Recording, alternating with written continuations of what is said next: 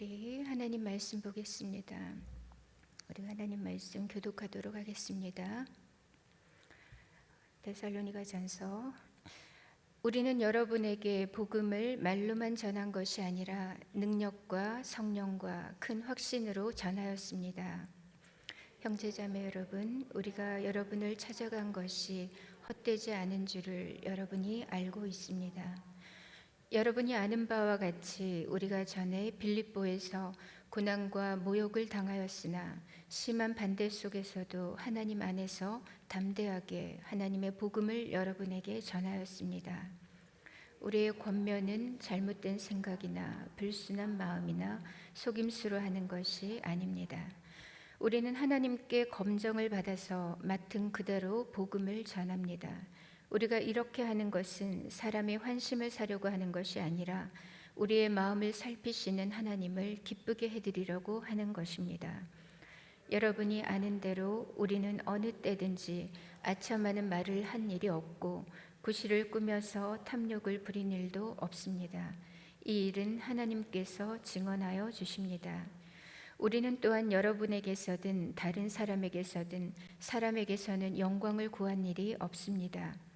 물론 우리는 그리스도의 사도로서 권위를 주장할 수도 있었습니다. 그러나 우리는 여러분 가운데서 마치 어머니가 자기 자녀를 돌보듯이 유순하게 처신하였습니다. 함께 읽습니다. 우리는 이처럼 여러분을 사모하여 여러분에게 하나님의 복음을 나누어 줄 뿐만 아니라 우리 목숨까지도 기쁘게 내줄 생각이었습니다. 그것은 여러분이 우리에게 사랑을 받는 사람이 되었기 때문입니다. 우리가 지난주까지 데살로니가 전서를 묵상했습니다. 빌립보에서 사역을 했던 바울은 어쩔 수 없이 데살로니가로 내려오게 되었고, 또한 관례대로 회당에서 3주에 걸쳐서 새 안식일에 걸쳐 말씀을 전했습니다. 당시 바울이 전했던 그 복음의 요지가 무엇이었는가 하면 그리스도께서 반드시 고난을 당하시고 살아나셔야 한다. 그리고 지금 바울이 전하고 있는 이 예수가 바로 그리스도시다. 이것을 바로 증거했던 것입니다. 그랬더니 그들 가운데 몇몇 사람들이 이 복음에 승복했고, 그래서 이제 바울과 실라를 따르게 되었고, 또 수많은 경건한 그리스 사람들과 적지 않은 귀부인들도 복음을 받아들이게 되었다고 했습니다. 여기서 경건한 그리스 사람들이란 헬라인으로서 유대교에 관심을 가지고 하나님을 경외하여 회당을 출입하던 사람을 말합니다. 회당은 성전과는 다르기 때문에 이방인들도 출입을 할 수 있었고 또 여인들도 출입이 가능했습니다. 그때 바울로부터 복음을 받아들였던 많은 이방인들이 바로 이 데살로니가 교회의 성도들이 된 것입니다. 그러나 바울의 전도 사역은 이내 큰 어려움에 봉착하게 되죠. 복음에 몹시 적대적이었던 유대인들이 바울을 박해하기 시작한 겁니다. 이 때문에 바울은 몇 개월밖에 데살로니가에 머물지 못하고 쫓기다시피 아래쪽에 베레아로 내려가게 됩니다. 하지만 유대인들이 거기까지도 쫓아와서 끈질기게 바울을 괴롭혔죠. 바울은 그 밑에 다시 아테네로 내려갑니다. 그러나 그 당시에 그 바울의 마음속에는 계속해서 이 데살로니가 교회가 이제 떠오르고 있었던 거죠. 이제 막 믿기 시작했던 이 성도들이 과연 어떻게 지내고 있을까? 과연 박해 속에서도 이들이 믿음으로 살아가고 있을까? 이렇게 걱정이 되었던 것입니다. 그래서 바울이 몇 번이나 다시 데살로니가로 가려고 했습니다. 하지만 번번이 사탄의 방해로 무산되었다고 말합니다. 그래서 바울은 이제 어떻게 하냐면 자기는 못 가도 자기 대신에 디모데를 이 아테네에서 데살로니가로 보내고 자기는 그 아래 다시 고린도로 내려가서 복음 사역을 계속하게 됩니다. 그러던 중에 이 디모데가 데살로니가에서 고린도로 돌아오게 되죠. 그리고 놀라운 소식을 전해주었는데 그 믿은 지 얼마 되지 않은 이 신생 데살로니가 교회 성도들이 그 어려움과 여러 박해 가운데서도 불구하고 믿음으로 변화된 삶을 계속 살고 있더라는 겁니다. 그뿐만 아니라 사랑의 수고와 소망의 인내를 가지고 너무나 모범적인 신앙생활을 하고 있더라는 거죠. 그래서 그들의 믿음의 소문이 마게도냐와 아가야의 모든 성도들에게 전해졌고 모든 교회들의 모범이 되고 있다, 모델이 되고 있다, 이 소식을 가져온 것입니다. 이것을 듣고 바울이 정말 날아갈 듯이 기뻤죠. 그는 감사하고 또 감격스러웠던 나머지 이 데살로니가 성도들에게 편지를 썼는데 그 첫 번째 편지가 바로 데살로니가 전서였던 겁니다. 바울은 이 데살로니가 전서를 통해서 성도들을 칭찬하고 격려합니다. 그리고 계속해서 굳건한 믿음으로 거룩한 삶을 살아가라고, 또한 올바른 재림 신앙으로 살아가도록 권면했습니다. 그런데 우리는 이런 데살로니가 교회를 바라보면서 다음과 같은 질문을 하게 됩니다. 도대체 이 신생교회는 어떻게 단기간에 이토록 모범적인 교회로 자라날 수 있었을까? 바울이 겨우 세 안식일에 걸쳐서 복음을 전했을 뿐인데도, 그리고 그 바울이 곧 떠나왔음에도 불구하고 어떻게 이토록 아름다운 교회로 계속하여 성장할 수 있었는가? 이것입니다. 이유는 먼저 메신저가 훌륭했습니다. 전하는 자가 복음을 제대로 잘 전해 주었다는 거예요. 그리고 복음을 받은 이들의 마음밭도 매우 좋았습니다. 그들은 바울이 전해주는 말씀을 하나님의 말씀으로 받았다고 했습니다. 그런데 이 두 가지 이유 가운데 오늘 우리는 전자, 곧 메신저 입장에서 바울이 어떻게 말씀을 이 데살로니가 교회에 전달했는가, 그것을 우리가 더 살펴보기를 원합니다. 그리고 아울러서 올해 제가 다녀왔던 거금도 단기 봉사에 관한 소식도 함께 나누고자 합니다.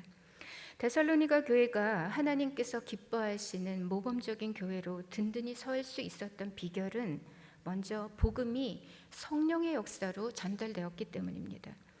데살로니가전서 1장 5절에서 바울이 이렇게 말씀합니다. 우리는 여러분에게 복음을 말로만 전한 것이 아니라 능력과 성령과 큰 확신으로 전하였다. 이렇게 말하죠.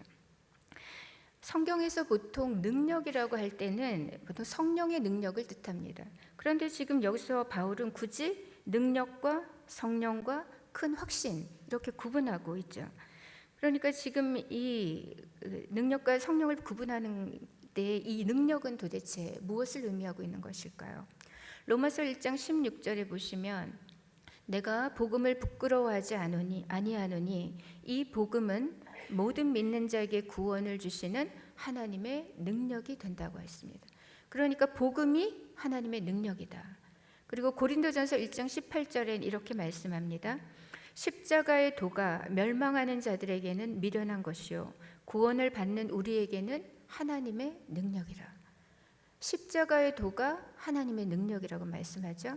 고린도전서 1장 24절에는 오직 부르심을 받은 자들에게는 유대인이나 헬라인이나 그리스도는 하나님의 능력이요 하나님의 지혜니라. 그러니까 그리스도가 하나님의 능력이라는 겁니다. 정리하면 이 능력은 즉 예수 그리스도의 그 복음이 그 능력이라는 말을 하는 거죠. 그러니까 복음 자체가 능력이라는 것입니다. 바울은 복음이 능력임을 확신하고 있었고 또한 이 복음을 성령의 능력을 의지하여 전달했다는 것이죠. 그래서 놀라운 생명의 역사가 계속해서 이 교회 안에 나타났던 것입니다. 그는 자신의 지식이나 화려한 언변이나 뛰어난 웅변의 말로 사람을 움직이려고 하지 않았습니다. 인위적으로 사람을 바꾸려 하지 않았다는 거예요. 그는 철저히 복음 자체의 능력을 믿었습니다.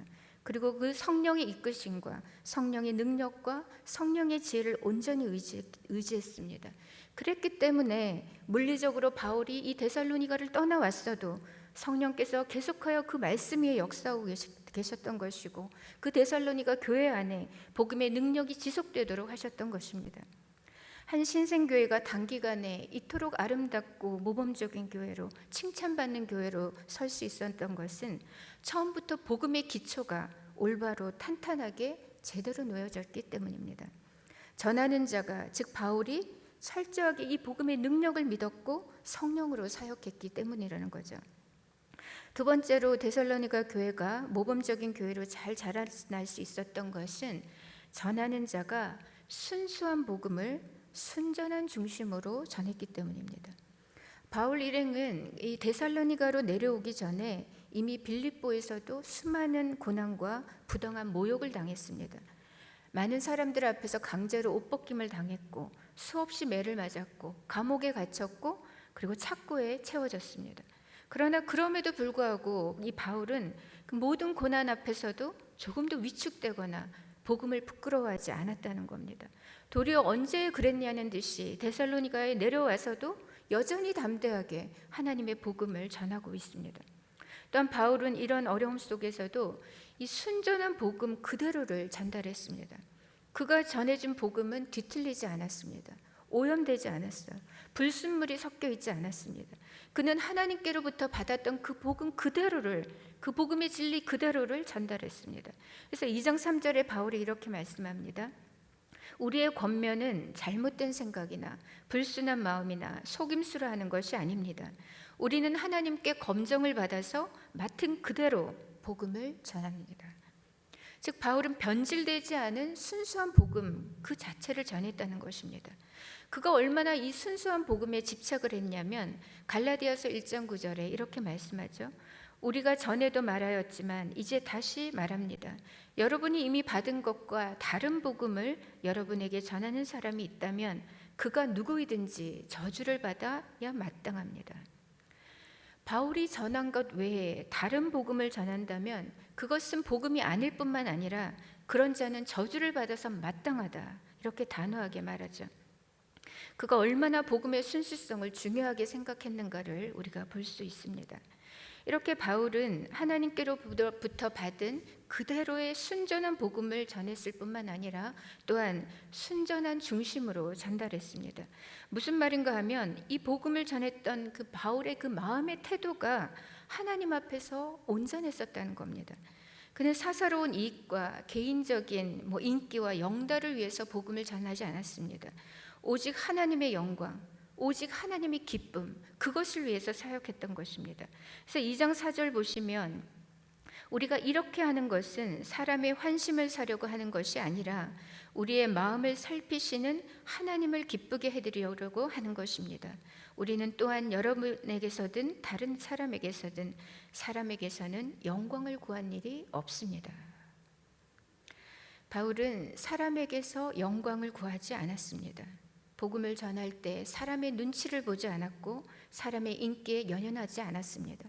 그는 복음을 전할 때 아첨하지 않았고 자신의 탐욕을 채우려 하지도 않았습니다. 그에게 중요했던 것은 오로지 하나님의 영광이었습니다.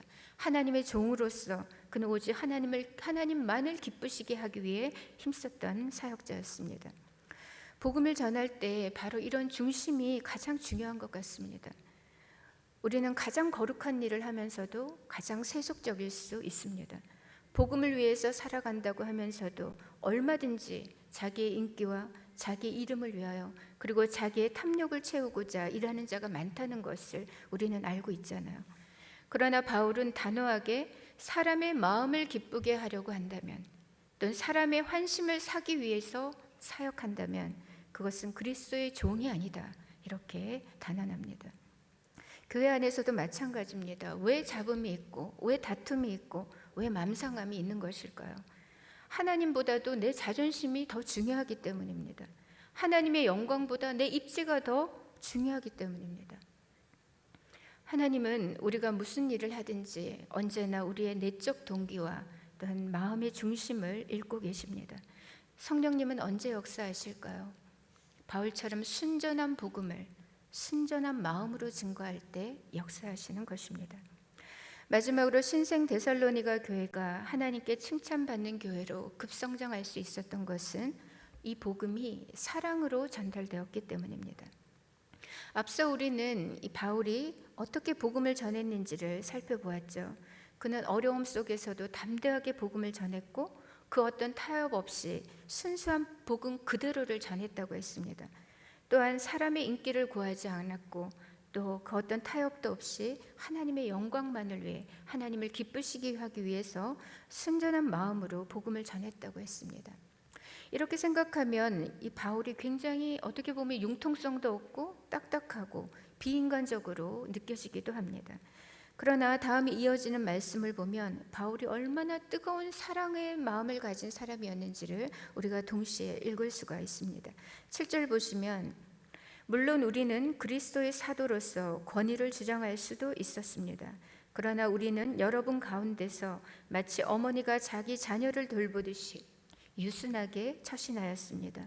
우리는 이처럼 여러분을 사모하여 여러분에게 하나님의 복음을 나누어 줄 뿐만 아니라 우리 목숨까지도 기쁘게 내줄 생각이었습니다. 그것은 여러분이 우리에게 사랑을 받는 사람이 되었기 때문입니다. 바울에게 있어서 데살로니가 교회는 깊은 사랑의 대상이었습니다. 그래서 그는 주장하는 자세나 고압적인 자세로 그렇게 교회를 대하지 않았습니다. 마치 어머니가 자기 자녀를 돌보듯이 그렇게 유순하게 온유하게 돌보았던 것입니다.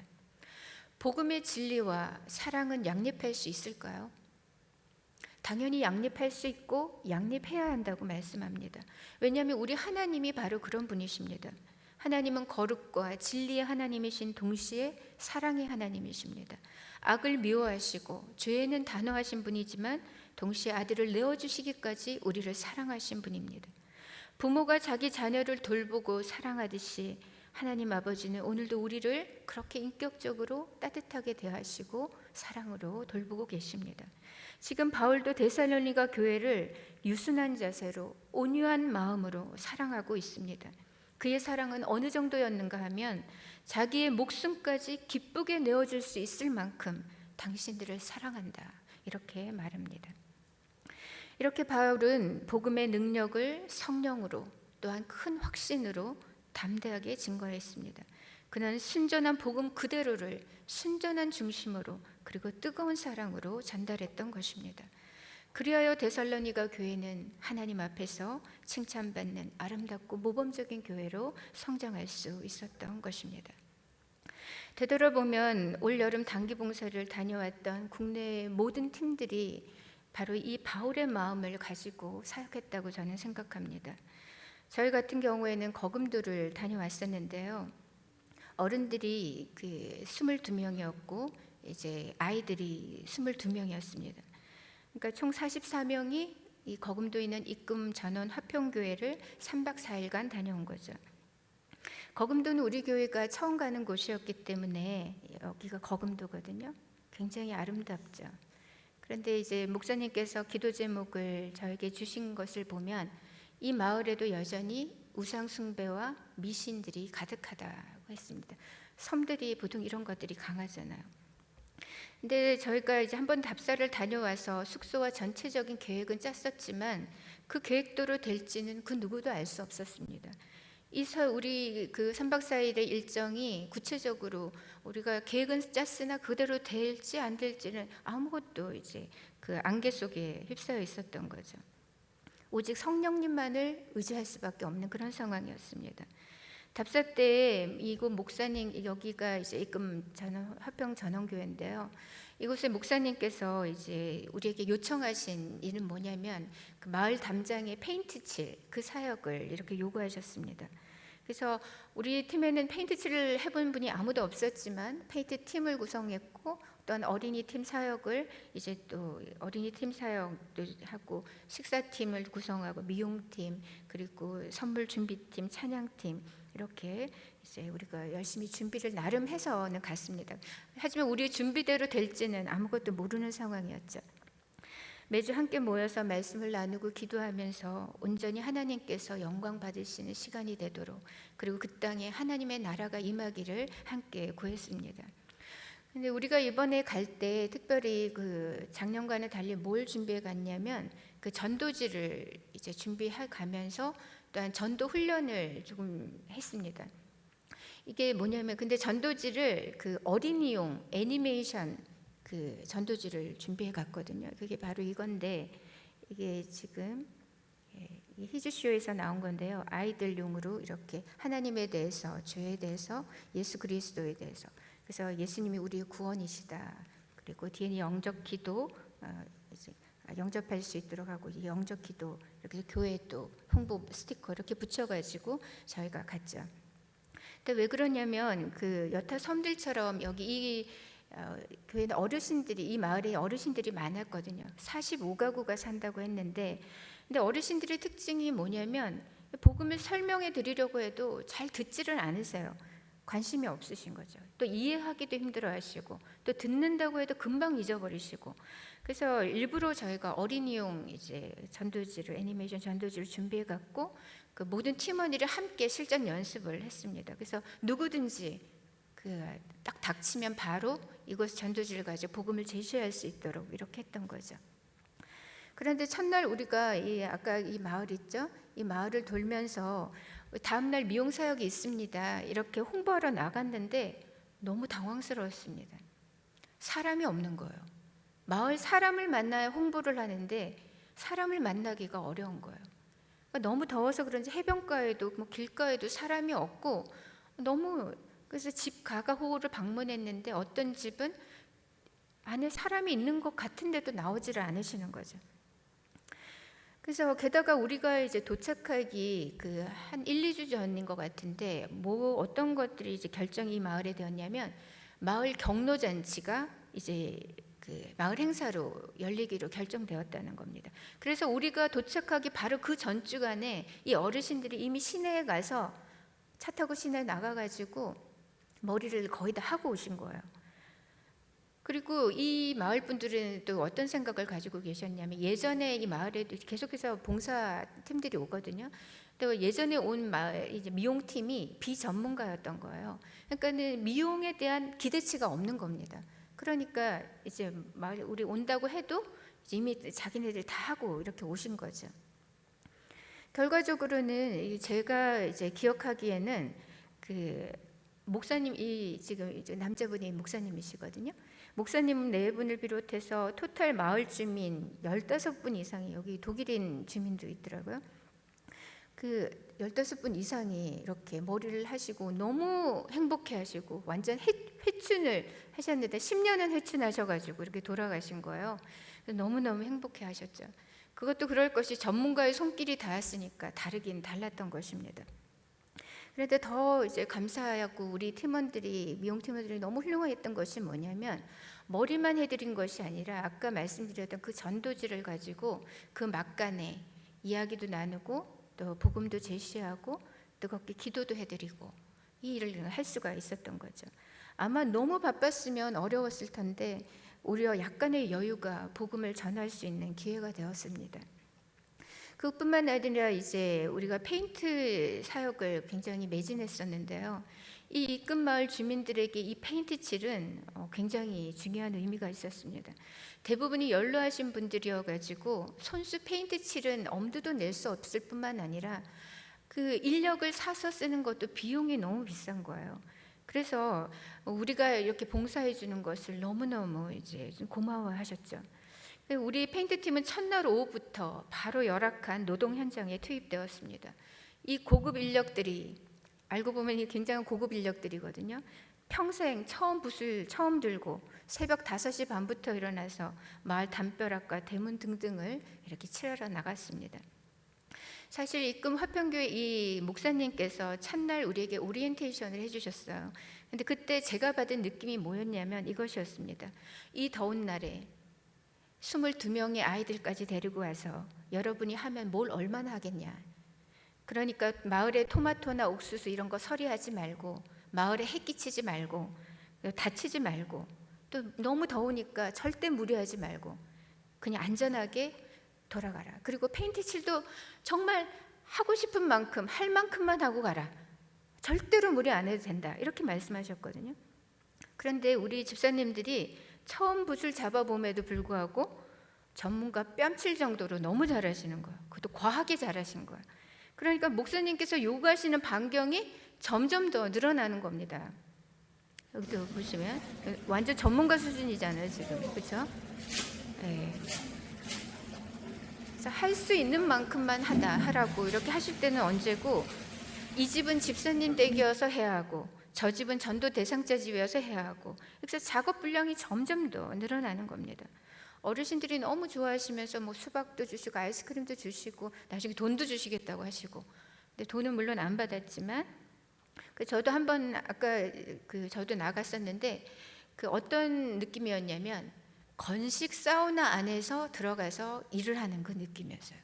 그러니까 이 폭염에 페인트 칠을 그 낮부터 아침 7시 반만 해도 해가 쨍쨍한 거예요. 근데 그 날에 그렇게 한다는 것은 정말 이건 제정신으로 할 수 없는 사실 그런 일이었거든요. 그런데 이제 우리 아이들도 이제 그 그늘을 이렇게 지었을 때 그 시간에 맞춰가지고 아이들도 이렇게 담벼락에 페인트 작업을 했습니다. 함께. 아이들도 너무 잘하더라고요.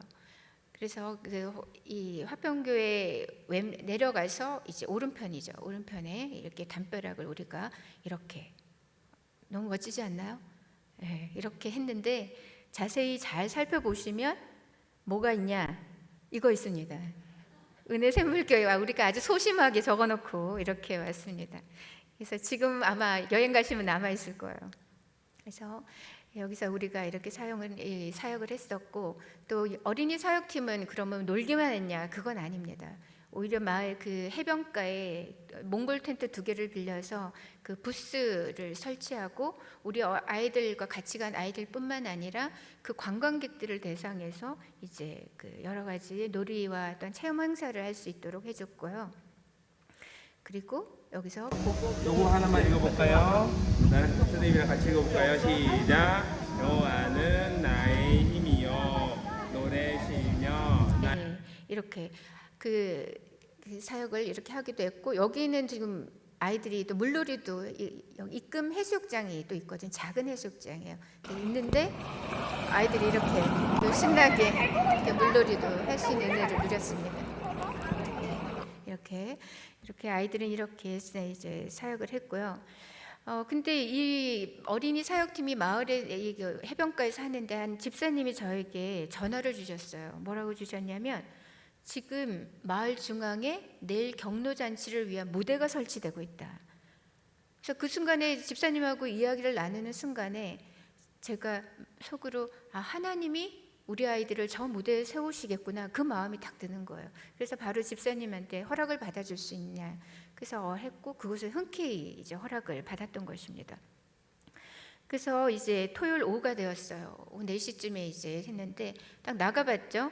이제 우리는 주방 용품과 전도지를 담은, 그리고 수박컵 담아가지고 이렇게 그 아이스박스를 끌고 이렇게 해변가에 이렇게 나갔습니다. 근데 이렇게 제가 놀란 거예요. 제가 첫날에 그랬잖아요. 마을 사람을 만날 수가 없었다고. 근데 우리가 불러 모으지 않았는데 이미 한 자리에 모든 마을 주민이 다 모여 있는 거예요. 그리고 마을 주민뿐만 아니라 이 행사를 위해서 외부인까지 엄청나게 모여 있었던 거죠. 그러니까 다 모여 있었던 거예요. 그래서 그 시간에 이제 우리는 1부 이들이 이제 소개하는 행사와 2부 이제 음식 나누는 그 잔치 사이에 우리가 이제 아이들이 공연하기로 했었습니다. 이렇게 우리가 먼저 우리 소개를 하고 교회에서 나왔다 이렇게 소개를 하고요. 그리고 우리 여자친구들이 먼저 워십 댄스를 이렇게 멋지게 또 공연을 했고, 우리 남자친구들은 태권브를 했거든요.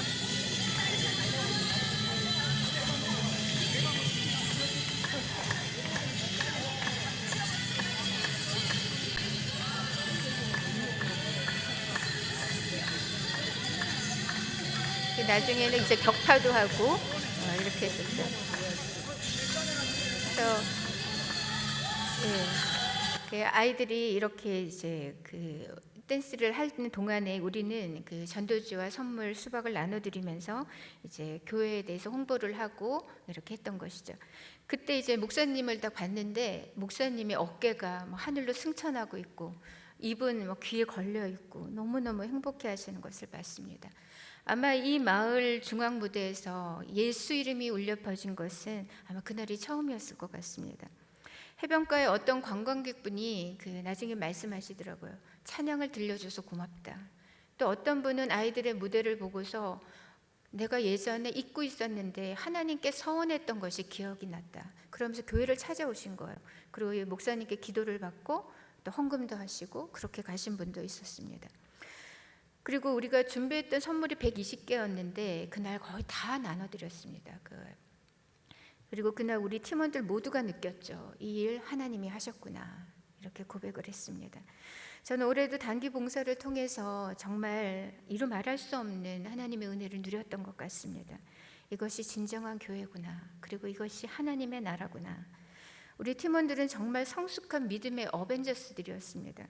팀원들이 44명이나 됨에도 불구하고 서로를 내 몸처럼 아껴주었고 한마음으로 일사불란하게 오직 하나님의 영광만을 바라보며 사랑으로 정말 최선을 다해서 섬겼습니다. 그리고 사소한 말다툼 하나가 없었어요. 말썽 부리는 아이들 하나가 없었습니다. 하나님의 일을 하면서 가장 중요한 것이 뭘까요? 사랑으로, 기쁨으로, 성령으로 하나 되어서 섬기는 것입니다. 사실 일은 잘할 수도 있고 못해도 괜찮습니다. 일보다 더 중요한 것은 우리가 서로를 아끼는 것이고 사랑으로 하나 되고 성령으로 사역하는 것입니다. 이것은 우리 모두가 한결같이 예수 그리스도만을 바라보았기 때문에 가능한 일이었다고 생각합니다.